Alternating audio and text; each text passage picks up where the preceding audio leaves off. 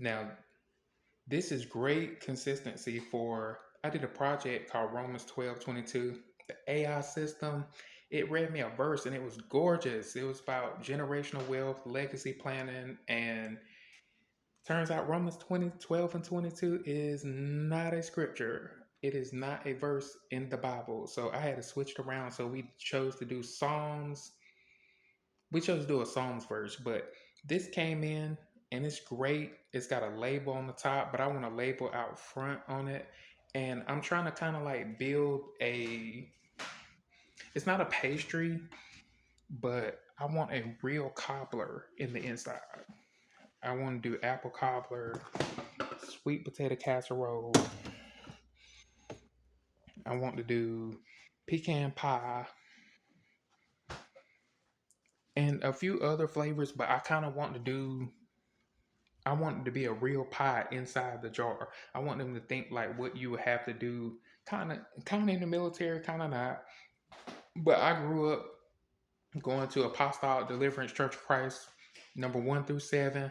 Used to go somewhere everywhere, listen to gospel, listen to the singers, listen to the pastors preach, and they would always serve some good food.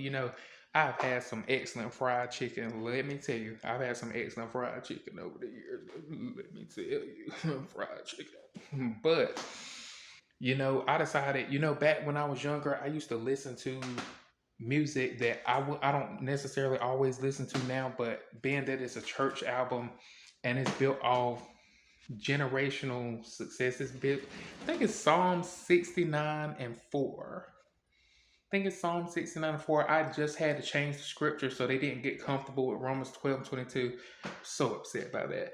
But I wanted to talk about generational wealth, generational and legacy wealth, legacy building, and the transitional phase through succession, wealth through succession, succession planning, and passing down assets.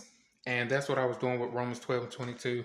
So when you look at the actual website, it looks like there's a casket in the center. It's not really a casket. It wasn't supposed to be a casket. It was supposed to be the church that I grew up in, going to Apostolic number 1.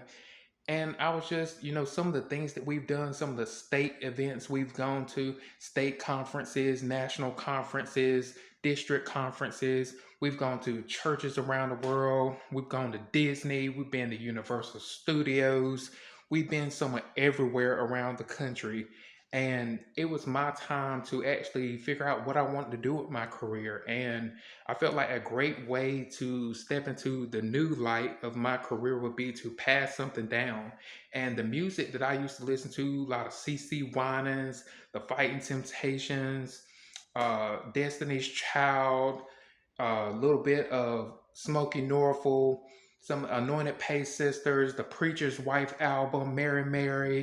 There was so much that we used to listen to, and it used to build a vibe and build a culture inside the church. And, I used to be a fan of gifting these little China bags, and, you know, it was just, for me, this is a part of my legacy and what I built and what I used to do back in the church back in the 1900s, late 1900s, early 2000s, what I came up from, the struggles I've faced, the things that I've gone through, and that the church assisted me with. So I decided to do a rendition on myself. I decided to kind of remix myself and do a rendition of myself of what I bring to the table back then and what I bring to the table now as I step into my new career, my new future, my new wealth building plans, and I step out of the old ways, the ways that my first step.